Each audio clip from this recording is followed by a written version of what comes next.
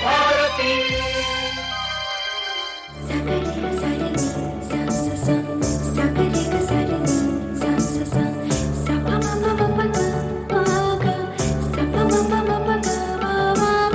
सखी सहेली।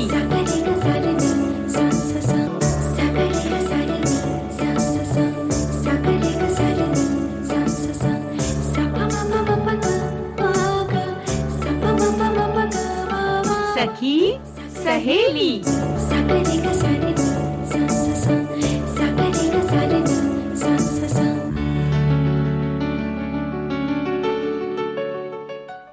सभी सुनने वालों को यानी कि सखी सहेली कार्यक्रम के हमारे सभी श्रोताओं, सखियों, सहेलियों को रेणु चतुर्वेदी और विधि प्रवीण जैन का नमस्कार। विधि क्या बात है, मतलब मुस्कुराए जा रही हैं भाई। श्रोताओं हम बता दें कि इनकी मुस्कुराहट ही नहीं रुक रही है, क्या बात है। बस यूं ही हमेशा खुश रहती हूँ, कोशिश करती हूँ कि खुश रहूं। बिल्कुल, और रहना भी चाहिए। और वैसे भी कहते हैं ना कि अगर आप दुखी हैं, ठीक है अंदर से, लेकिन कृत्रिम रूप से या बनावटी रूप से आप जब चेहरे पर कभी मुस्कुराहट लाते हैं, विधि नहीं लगता कि जैसे हम फोटो खिंचवाने के लिए वो कहते हैं ना थोड़ा मुस्कुराइए, तो केवल चेहरे से मुस्कुराहट नहीं होती, कहीं ना कहीं हम अंदर से खुश भी हो जाते हैं। अंदर से खुश हो जाते हैं। और एक बात और है रेणु जी, कि जब हम रास्ते में चल रहे होते हैं और सामने से कोई व्यक्ति आए और वो हमें देख के मुस्कुरा दे, तो आगे के 10-15 कदम तक हमारे चेहरे पे भी एक मुस्कुराहट बनी रह जाती है। यानी कि हम बल्ले बल्ले हो जाते हैं और एकदम खुश हो जाते हैं जी। तो ये सारी चीजें हैं। और यानी कि अगर हम बनावटी तौर पे भी मुस्कुराते हैं तो हम अंदर से खुश होते हैं। तो कभी कभी जब दुखी हो तो थोड़ा सा अपने चेहरे पर मुस्कुराहट लाइए। और भाई हमने तो विधि से सीख लिया है और आप भी सीख लीजिए और यूं ही खुश होते रहिए, क्योंकि फिर बात आती है आजकल जो दौर चल रहा है उसमें परेशानियां हैं और उस वायरस से हम डर रहे हैं जी, जिसको हमने देखा नहीं है। नहीं देखा। किसने देखा? किसी ने नहीं देखा, डॉक्टर ने भी नहीं देखा शायद। भाई हो सकता है उन्होंने माइक्रोस्कोप में देखा हो। फिलहाल जो हम आम जनता की बात कर रहे हैं, हमारी आपकी हम सब की जो बात कर रहे हैं विधि, किसी ने नहीं देखा है और पूरा भरोसा है कि ये आएगा, तकलीफ देगा, और यहाँ तक कि इतना डर गए हैं कि हम मान के चलते हैं कि वो जान भी लेगा। जी बिल्कुल। तो फिर विधि हमें एक सवाल हम अपने दोस्तों से पूछना चाहते हैं कि फिर आए वो जो परम सत्ता है जिसने हमें इतने दिन तक ऑक्सीजन दिया, हमारी संरक्षण कर रहा है, हमें धूप, रोशनी, सूर्य की किरणें, ये पक्षी और ये भोजन, प्राणवायु सब कुछ दे रहे हैं जी, अनाज और इतने वृक्ष हैं जो हमें ऑक्सीजन दे रहे हैं, उन पर क्यों नहीं भरोसा करते हैं? बिल्कुल, बस यही बात तो मुझे मुस्कुराने पे मजबूर कर देती है कि जब ऊपर वाला है तो मुझे मुस्कुराते रहना चाहिए, मैं क्यों चिंता करूं। कार्यक्रम को थोड़ा आगे वैसे बढ़ा तो रहे हैं, लेकिन चिंता छोड़कर ये बता दें कि आज क्या क्या लेके आने वाले हैं, क्या लेकर आ रहे हैं, क्योंकि हमारी जो है ना दोस्त सोच रहे होंगे कि अब क्या होगा, कौन सा विषय आने वाला है ना। ये धक धक जो होती है ना वो भी मुस्कुराने की वजह बन जाती है। तो आज के मैं विषय बता देती हूँ। आज हम बात करेंगे राजस्थानी नृत्यिका जो है गुलाबो सपेरा, बड़ी प्यारी नर्तकी है। और उसके बाद में हम घूमने भी चलेंगे, सैर पर चलेंगे दक्षिण भारत में, पुद्दुचेरी में। और भाई जब प्रकृति की बात विधि तुमने की है तो प्रकृति से क्या क्या हम सीख सकते हैं ये भी बताएंगे। जी बिल्कुल बताएंगे। और एक बात और है कि आपने अभी कहा कि कोरोना वायरस है, कहाँ है, दिख नहीं रहा जी। वैसे ही परमात्मा है, कहाँ है, दिख नहीं रहा। कोरोना से हमने उम्मीद लगा ली है कि तुम आओगे और मुझे परेशान करोगे, बिल्कुल। तो अब हम परमात्मा से भी उम्मीद लगा लेते हैं कि तुम आओगे और हमें बचा के ले जाओगे। बिल्कुल, बचा ही रहे हैं, बस देखने की जरूरत है। लेकिन हाँ, साथ में जो एहतियात रखना है वो जरूर रखें। आप ये ना सोचें कि हम अपनी मनमानी करेंगे और निकल लेंगे, ऐसा नहीं है। जो भी प्रोटोकॉल है जिसको हम बार बार कह रहे हैं, या शासन प्रशासन जो भी हिदायत दे रहा है, डॉक्टर्स जो कह रहे हैं, कृपया उस पर ध्यान दें। और हमें तो उम्मीद है कि जरूर सब कुछ जल्दी ही अच्छा हो जाएगा, क्योंकि जो आया है वो जाएगा, तो ये भी जाएगा। घना अंधेरा है और गहरा रहा है, देखो सूरज जल्दी निकलेगा। क्या बात है, बिल्कुल सही बात है। तो उम्मीद पर तो दुनिया कायम है। तो ये उम्मीद और कुछ आस्था और विश्वास कुछ ऐसे शब्द हैं जो हमारे में एक जीने की प्रेरणा देते हैं और खुश रहने की भी प्रेरणा देते हैं। बिल्कुल सही बात कह रही हैं आप। अब देखिए ना, कल रात को मैं सोई थी सोई थी, रात में ही सोई थी ना? हाँ, रात में ही सोई थी और सुबह इस उम्मीद से उठी। मतलब जब मैं सोई तो इस उम्मीद से सोई कि मैं सुबह जरूर उठूंगी। हाँ, तो बिल्कुल यही उम्मीद है, ये छोटी सी बात है। भाई देखो, ये जो कार्यक्रम हम लेकर आए हैं आज, यानी प्रकृति से सीखें, या पुडुचेरी की बात है, या गुलाबो सपेरा की बात बताएंगे, हमें तो पूरी उम्मीद है कि हमारे सभी श्रोताओं को बहुत अच्छा लगेगा ये सब। बिल्कुल पसंद आना ही चाहिए। मतलब देखो ना विधि, सोमवार से लेकर शुक्रवार तक हम 3 बजे से 4 बजे तक अपनी सखियों के साथ होते हैं, इस उम्मीद के साथ कि वो भी खुश होंगे और हम भी खुश हैं, है ना? तो भाई ये उम्मीद जो है वो उसका जो है एक सहारा है, क्योंकि जब हम मेहनत करते हैं तो हमें लगता है फल मिलेगा, इसकी उम्मीद करते हैं, है ना? जी। उम्मीद पे से मुझे एक बड़ी अच्छी कहानी मैंने कहीं पढ़ी थी, वो याद आ रही है, आप कहें तो मैं सुना दूं? भाई देखो, ऐसा ना, तुम सुनाओ, उम्मीद से सुनाओ, लेकिन सुनने के बाद बताएंगे कैसी लगी। जी बिल्कुल जी। अब ये कहानी कुछ ऐसी है कि एक घर में 5 दिए जल रहे थे और उसका जो मालिक है वो कहीं चला गया। वो इस उम्मीद से चला गया कि जब वो लौट कर आएगा तो उसे घर में उजाला, रोशनी मिलेगी। बिल्कुल। और अब क्या हुआ, ये 5 दिए जल रहे हैं, अब इनके बीच में बातें चालू होती हैं। तो पहला दिया कहता है, इतना जलकर भी मेरी रोशनी की कद्र किसी को नहीं है, तो मुझे लगता है मुझे बुझ जाना चाहिए। यानी कि हम घर में अकेले हैं और किसी को जरूरत तो है नहीं है, तो क्या जरूरत है, हम फालतू जल रहे हैं, खाली पड़ा है घर में, क्यों जलूं, फालतू में जल रहे हैं। हाँ, तो ये दिया बुझ गया। ये दिया था उत्साह का दिया, ये बुझ गया। अगला दिया था, उसे लगा कि मैं भी बुझ जाता हूँ, जब उत्साह नहीं है, तो शांति का दिया भी बुझ गया। अभी आगे बढ़े तो शांति की रोशनी जब बुझ गई तो, और उत्साह जब बुझ गया, तो दोनों चीजें जब बुझ गईं, तो जो हिम्मत थी ना, उसने भी कह दिया कि मैं भी बुझ ही जाता हूं, तो हिम्मत का दिया भी बुझ गया। यानी कि हिम्मत भी हार गई। अब उत्साह, शांति, हिम्मत तीनों बुझ गए हैं जी। और जब तीनों बुझ गए हैं तो चौथा दिया जो था समृद्धि का, वो भी बुझ गया, क्योंकि जब उत्साह नहीं है, जीवन नहीं है, जीवंतता नहीं है, तो वो भी बुझ गया। हाँ, जाहिर है कि इस तरह से समाप्ति की ओर धीरे धीरे बढ़ने लगे लोग, चल रहे थे। लेकिन जब वह व्यक्ति घर लौटा तो लौटकर बहुत खुश हुआ, इतना खुश हुआ क्योंकि एक छोटा सा दिया जल रहा था और घर में रोशनी बिखेर रहा था। क्या बात उसने उस दिए को हाथ में ले लिया और बड़े प्यार से निहारा। जानते हैं वो दिया कौन सा था? कौन सा था? वो दिया था उम्मीद का दिया। क्या बात है। और वो लगातार जल रहा था, उसके जीवन की, उसकी उम्मीद को जला रहा था वहां पर। उम्मीद को जला रहा था। और जाहिर है दोस्तों, आप समझ चुके होंगे कि इस उम्मीद के दिए ने बाकी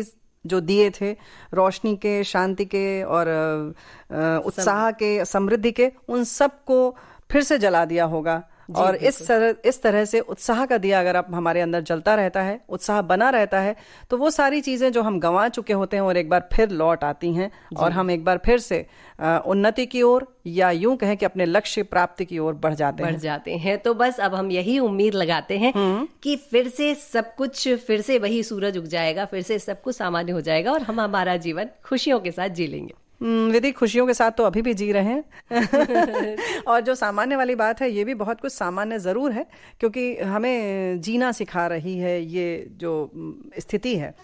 तो देखो, जो हमने कहा था ना कि हम अभी भी ठीक से रह रहे हैं, क्योंकि देखो, घर में रहना, घर का खाना खाना, सफाई से रहना और मुंह पे मास्क लगाना या दूरी बनाकर रखना, ये जो प्रोटोकॉल है, ये कौन सी असामान्य सी चीज है, ये बताओ। नहीं, ये तो सामान्य हम बचपन से करते आ रहे हैं, हमारे माता पिता करवाते आ रहे हैं। लेकिन बीच में छोड़ा भी था, पता है। वो बोलते ना, जीभ है ना, वो लालच में चली जाती है तो वो बाहर घूमने चली जाती है, क्या करें। तो चली गई थी, तो हमें वो जो हम बराबर परम सत्ता की बात कर रहे हैं, या प्रकृति हमें बता रही है कि एक बार फिर संभल जाओ। तो प्रकृति से बहुत कुछ हमें सीखना है। प्रकृति हमारी माँ है, यूं ही नहीं उसे माँ कहा जाता है ना। जैसे हमें माँ बाप सब सीख दिलाते हैं, वैसे प्रकृति बता रही है।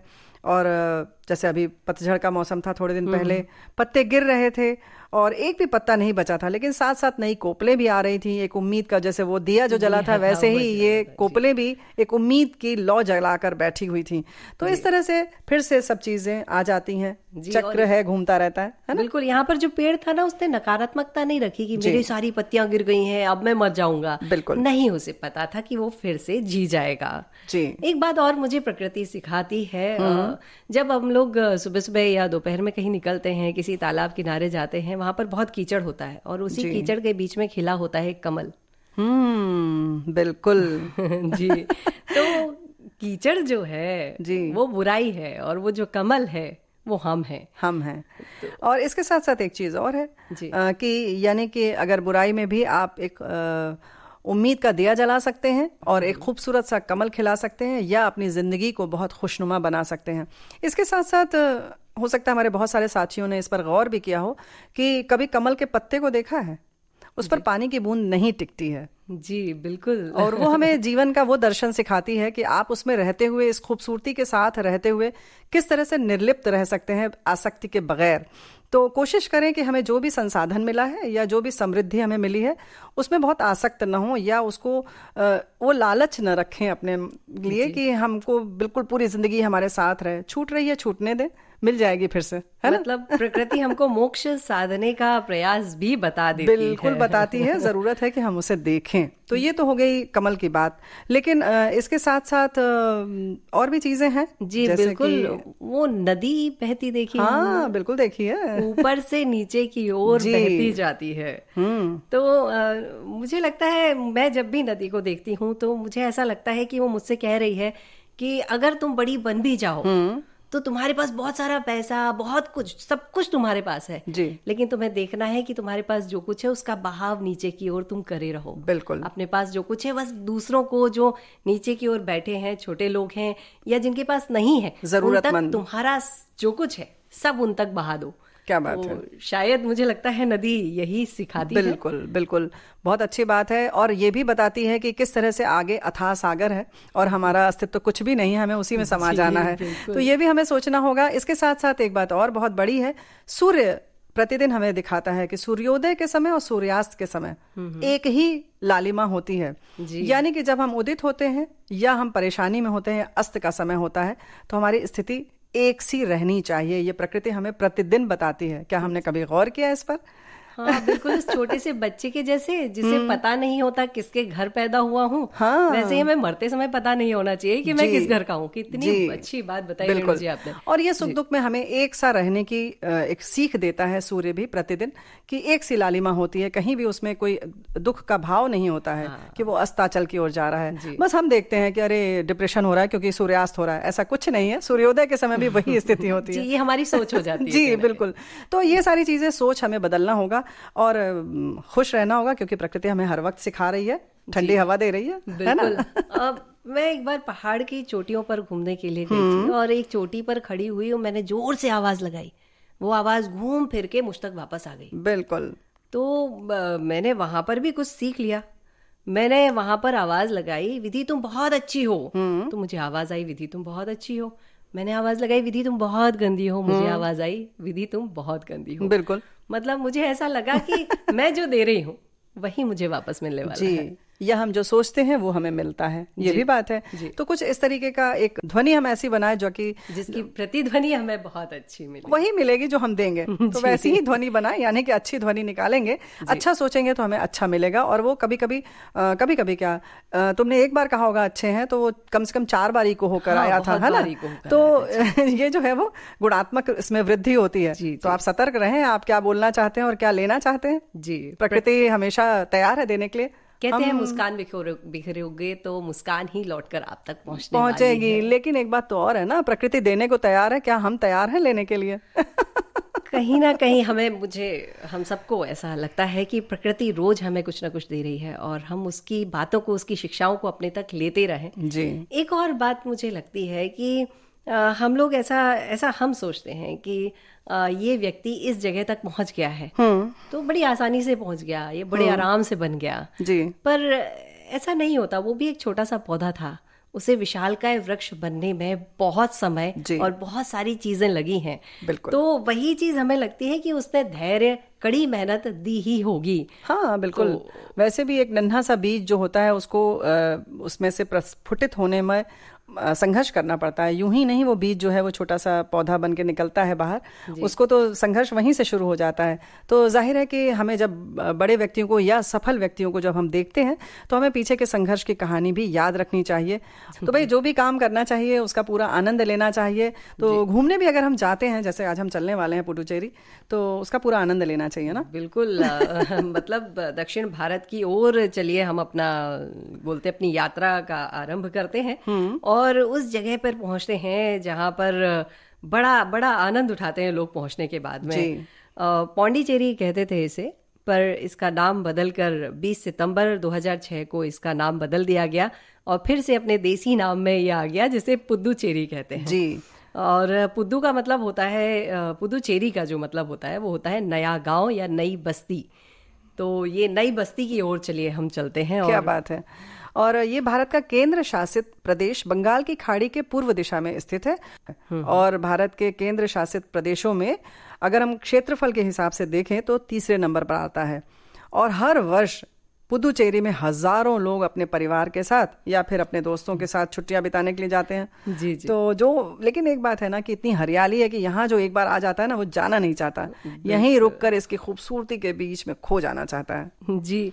और एक और रोचक जानकारी दूं, ये 4 अलग अलग जिलों से मिलकर बना है, मतलब अलग अलग जगह पर जिले हैं जी। और 4 अलग अलग स्थानों से ये जुड़कर बना हुआ है।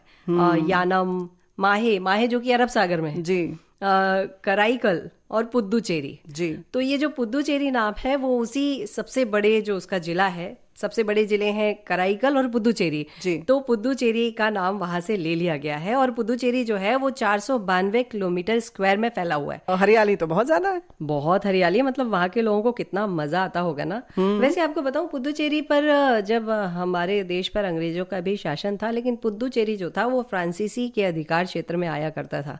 तो वहां पर फ्रांसीसियों का जो अंश है ना वो कहीं ना कहीं देखने के लिए मिल जाता है। भाई क्यों नहीं मिलेगा, 300 साल तक उनका अधिकार था वहां पर। जी बिल्कुल। और अर्थव्यवस्था भी कृषि पे निर्भर करती है जी। और कृषि से जुड़े हुए जो व्यवसाय हैं, उद्योग हैं, इन सब पे अर्थव्यवस्था टिकी है। और सबसे ज्यादा टिके हैं ये पर्यटकों पर। जी हाँ। और पर्यटन स्थल जो भी होते हैं, जाहिर है कि पर्यटकों पर टिकी होती है उनकी पूरी आय व्यय सब कुछ, क्योंकि उनकी मुख्य आय का स्रोत जो होते हैं वहाँ के सैलानी होते हैं जो घूमने जाते हैं, क्योंकि वहीं से जुड़ा होता है सारा व्यवसाय, होटल हो या खान पान की व्यवस्था हो या घुमाने के लिए कुछ टूरिस्ट लोग हों, गाइड हों और वाहन हो, सब कुछ चाहिए होता है जब हम घूमने जाते हैं। तो ऐसी जगहों पर उनकी अर्थव्यवस्था होती है टिकी।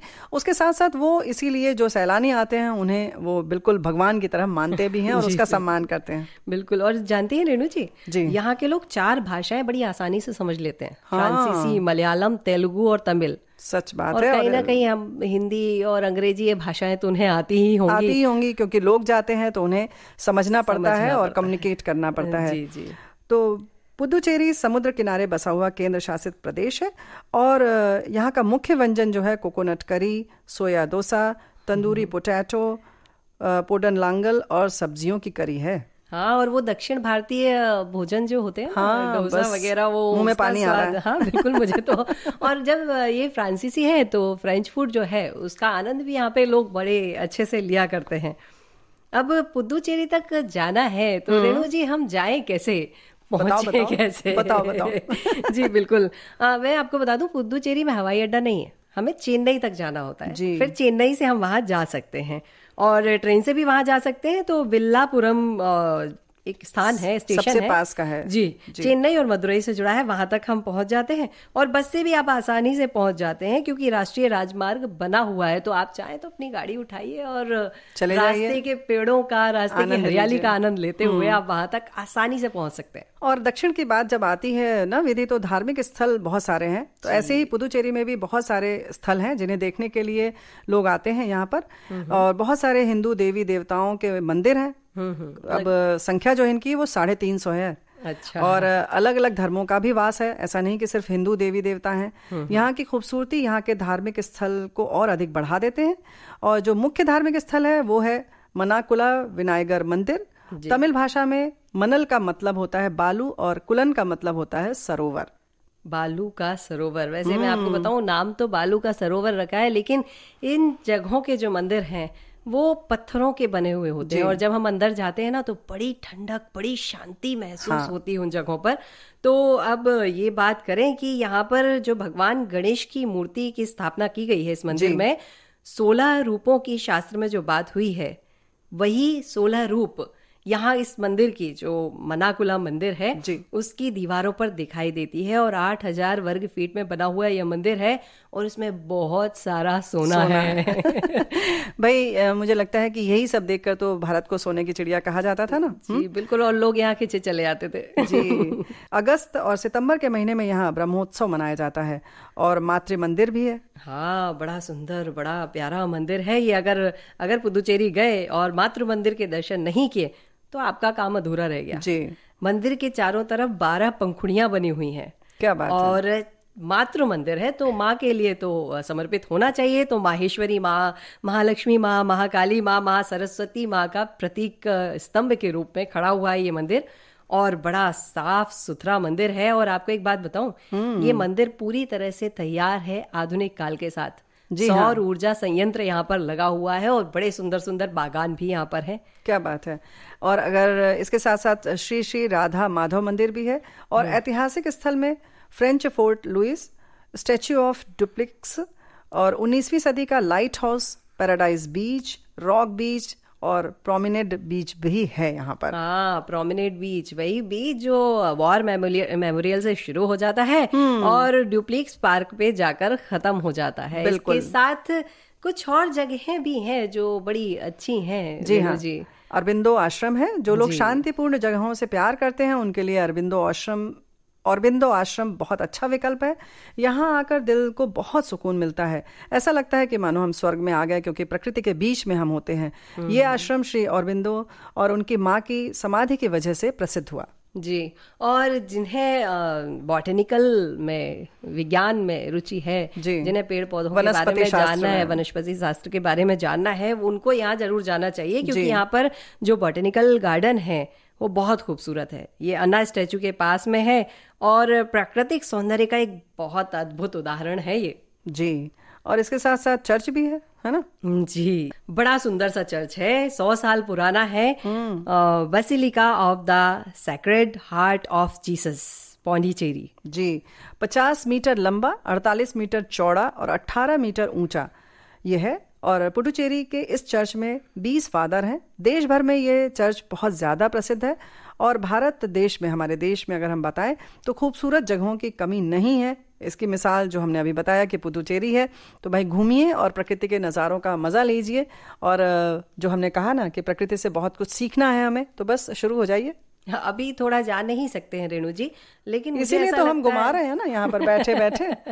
जी बिल्कुल। आप कहते हैं कि अपनी कल्पना शक्ति को उड़ान दीजिए और इन सारी जगहों को घूम कर आइए। लेकिन जब सब कुछ सामान्य हो जाए, जो कि जल्दी ही हो जाएगा, तो जल्दी से निकल जाइए अपना सामान पैक करके। क्योंकि इन जगहों पर जो चीज आप पाएंगे ना, जो प्रकृति है, जो पेड़ है, वृक्ष है, आनंद अलग ही हो। ठीक है, लेकिन हमारे बहुत सारे साथी मुस्कुरा रहे हैं, लेकिन वैक्सीन कब लगवाएंगे ये हम जानना चाह रहे हैं इनसे। किसने नहीं लगवाई है ये बात भी सोच लें, क्योंकि सबको मौका मिल रहा है और सभी को मुझे लगता है वैक्सीन लगवा लेना चाहिए। डरिए मत, हमारे अपने लिए, हमारी सुरक्षा के लिए है। जी हाँ।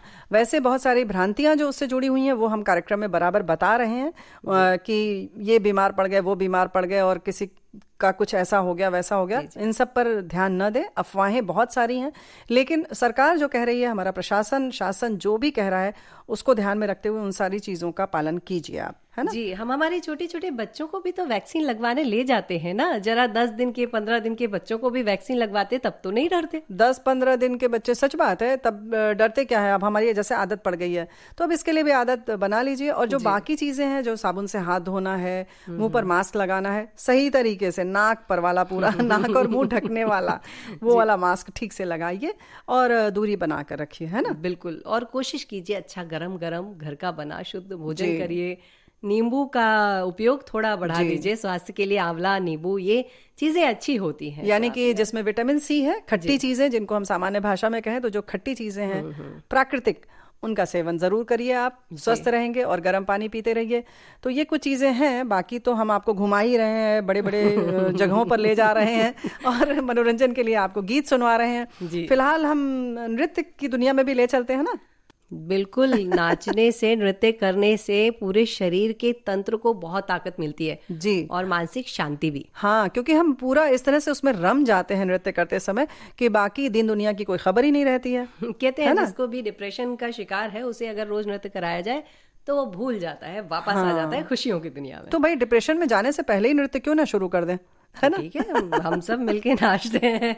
वैसे मैं आपको बताऊं, अगर मैं आपसे कहूं रेणु जी कि अभी नृत्य करना है और हम 2-4 महिलाएं यहाँ खड़ी हो जाएं और कोई भी गीत बजाया जाए, पहला जो नृत्य करने का तरीका होगा वो हम राजस्थान से उठाए हुए कुछ अदायगी को ही करते हैं। जी हाँ, क्योंकि वहां पर बहुत सारे ऐसे हैं और जो वहाँ की जो संगीत है वो बहुत जबरदस्त है, बहुत ही सशक्त है कहना चाहिए, और इतने ओजपूर्ण तरीके से वहाँ की गायकी है कि बिल्कुल रोमांच हो जाता है सुनते ही, चाहे वहाँ का मांड हो, चाहे होली हो, कुछ भी हो, अपने आप में बहुत अलग अंदाज है।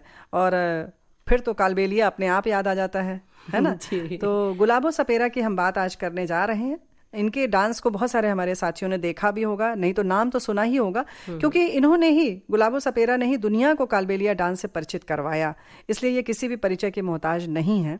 और ये नृत्यांगना जिनको कि पिता ने गुलाब नाम दिया, सरकारी मुलाजिमों ने गुलाबी कहा, और हरियाणा में जाकर वो गुलाबो सपेरा बन गई, और उनका पूरा जीवन आने वाली पीढ़ियों को ये सीख देता रहा और देता रहेगा कि अगर मन में इच्छा और संकल्प का समावेश हो तो समाज की बेड़ियां भी इसके तप से पिघल जाती हैं। तो विधि, अब तुम सोच रही होगी ना, तुम तो नहीं लेकिन हमारे साथी सोच रहे होंगे कि भाई इतनी लंबी चौड़ी उनके संघर्ष की और संकल्प की कहानी हम क्यों कह रहे हैं, तो हम जन्म की तरफ चलते हैं उनके ना। हाँ बिल्कुल। मैं एक पंक्ति बोलना चाहती हूँ इनके जन्म के बारे में बताने के पहले। वो पंक्ति सभी को पता है, जाको राखे साइया मार सके ना कोई, बाल ना बाका कर सके जो जग बैरी होए। क्या बात है। तो ये पंक्तियां मैंने इसलिए बोली क्योंकि ये गुलाबो सपेरा के साथ में जुड़ी हुई हैं जी। और पहले तो आपने गुलाबो बता दिया, और सपेरा इसलिए कहते हैं क्योंकि इनका जीवन सांपों के बीच में बीता है। ये इनका जन्म हुआ था 9 नवंबर 1970 को, लगभग शाम के समय इनका जन्म हुआ, और दीपावली की धनतेरस वाला जो दिन है ना, इसलिए कुछ लोगों ने इनके परिवार में, इनकी माँ ने इन्हें धनवंतरी भी कहा, पिता ने इन्हें गुलाबो कहा। अब समस्या ये है कि हमारे देश में जो बेटियां हैं, वो बेटियां पता नहीं कुछ लोगों को कभी कभी पसंद नहीं आती, ऐसा कुछ इनके साथ भी हो गया। इनके ही गांव के कुछ लोगों ने, कुछ महिलाओं ने ले जाकर इन्हें उसी शाम के समय में जिंदा गाड़ दिया। अब बताइए, जिंदा जमीन के अंदर गाड़ दिया गया जहां से इनकी आवाज भी नहीं आ रही थी, और आप विश्वास करेंगी 5 घंटे तक ये छोटी सी बालिका उस जमीन के अंदर ही रही। 5 घंटे बाद इनकी जो मौसी हैं, इनकी माँ को पता पड़ गया था, तो माँ और मौसी ने जैसे ही जब वो अंधेरा आ गया और गांव के लोग अपने अपने घर चले गए, घरी यानी कि जब रात गहरा गई जी बिल्कुल, तब जाकर इनकी मौसी इन्हें वहां से निकाल कर ले आई। तो इसलिए मैंने कहा था, जाको राखे साइया मार सके ना कोई। 5 घंटे मिट्टी के अंदर दबे रहने के बाद भी बच्ची जो थी वो जीवित थी। ये तिथि तो तुमने बताया 9 नवंबर 1970, लेकिन जगह अजमेर के कोटड़ा ठाड़ी कालबेलिया बस्ती की बात है, जहां पर इनका जन्म हुआ, और इस तरह से संघर्ष करते हुए ये बाहर निकली। इसीलिए हमने बताया ना कि मन में अगर इच्छा और संकल्प का समावेश हो तो समाज की बेड़ियां भी तब से पिघल जाती हैं। पहला संघर्ष तो इनकी माँ ने किया कि अपनी बहन के साथ जाकर उनको निकाला, और उसके बाद फिर संघर्ष शुरू होता है गुलाबों का। बिल्कुल। पिता जो थे उनके पास भी कोई बहुत अच्छी आजीविका थी नहीं जी, और ये सांपों के बीच में रहते थे। तो कालबेलिया नृत्य जो है ना, वो बिल्कुल सांपों जैसा ही नृत्य है। जैसे बीन की धुन पे कहते हैं कि सांप हिलते हैं, उन्हें नाचना कहते हैं हम, वैसे ही ये नाचा करती थी, और वो ऐसे ही नाचती थी, पिता के साथ जाकर पैसे लेकर आते थे, और परिवार की आजीविका चलती रहती थी जी। और गुलाबों को पहला हम जिसको कह सकते हैं ना कि सबसे पहला जो मंच मिला, या यूं कहें कि नाम मिला, वो 1981 के पुष्कर मेले से मिला, जहां एक सरकारी मुलाजिम तृप्ति पांडे ने उनकी प्रतिभा को पहचाना, और फिर उन्हें वो इस तरह से अंतर्राष्ट्रीय मंच तक ले गई। और जैसे तुमने कहा ना कि ये सांपों जैसा ही नृत्य होता है, तो वैसे ही बिल्कुल काला कपड़ा पहनकर, पूरा लहंगा और उसके ऊपर कुर्ता पहनकर, और बिल्कुल जो नृत्य करती हैं हमारी बहनें, वो भी बिल्कुल दुबली पतली वैसी ही होती हैं, और बहुत अच्छे से पूरे शरीर को इतना लोच रहता है कि बिल्कुल लगता है कि ये कहाँ से तोड़ मुड़ जाएंगे पता ही नहीं चलता जी। बिल्कुल। और इसके साथ जब हम अगर बात कर रहे हैं गुलाबो सपेरा की, तो पहली बार साल 1985 में देश के बाहर अपना हुनर दिखाया जी, उस समय उनके पास कहा जाए तो घुंघरू भी नहीं थे और पासपोर्ट भी नहीं था जी। किसी तरह से उनका पासपोर्ट बना। और एक और कहते हैं ना, अगर मुश्किलें आनी होती है तो वो पीछा छोड़ती नहीं है। बिल्कुल। जिस दिन जाना था उसके एक दिन पहले पिता का निधन हो गया। ओहो। और पिता के बहुत नजदीक थी, क्योंकि उनके साथ में कार्यक्रम प्रस्तुत करने जाती थी, तो थोड़ा तो उदास हुई, दुखी हुई, लेकिन हार जो है ना उन्होंने मानी नहीं जी। आगे बढ़ गई, हौसलों को उड़ान दी और माँ से विदेश जाने की अनुमति ली और चली गई अमेरिका। बिल्कुल। और प्रस्तुत किया उन्होंने अपना नृत्य। जी। और भारत के रियलिटी शो में भी गुलाबो बॉलीवुड सेलिब्रिटीज के साथ प्रस्तुति दे चुकी हैं। और इतना ही नहीं, गुलाबो ने डांस के जरिए सरकार का एक तरह से कहना चाहिए कि बहुत सारी जगहों पर जाकर उन्होंने सरकार से ये भी गुजारिश की कि कलाकारों को प्रश्रय मिले, सरकार उनकी तरफ ध्यान दे, और इसके लिए उन्होंने संघर्ष भी बहुत किया। कलाकारों के समर्थन में जयपुर की सड़कों पर 15 किलोमीटर तक नाच कर उन्होंने अपनी उपस्थिति दर्ज कराई और ये बताया कि सरकार कुछ करे, और अंत में सरकार को उनकी मांगों को मानना ही पड़ा। मतलब देखिए, संघर्ष भरा जीवन था, अपना जीवन संघर्ष में बिताया, लेकिन दूसरों के को संघर्ष ना करना पड़े, इसके लिए उन्होंने 15 किलोमीटर लगातार नृत्य करना, हम तो चल नहीं पाते हैं। बिल्कुल।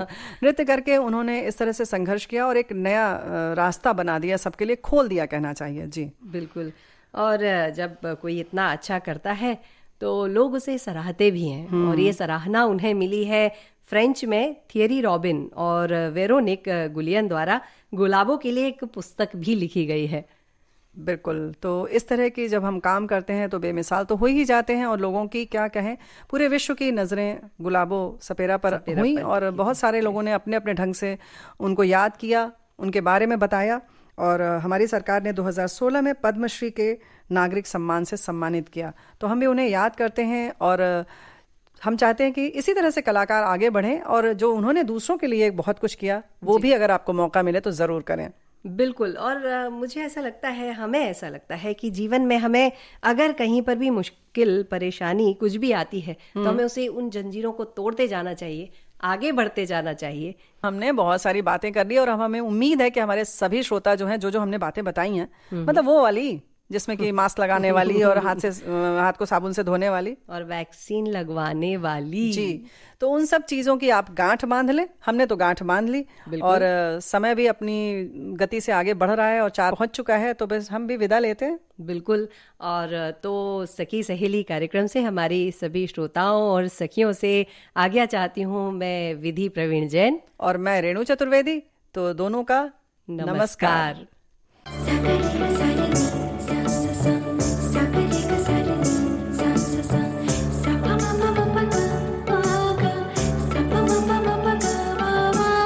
सखी सहेली।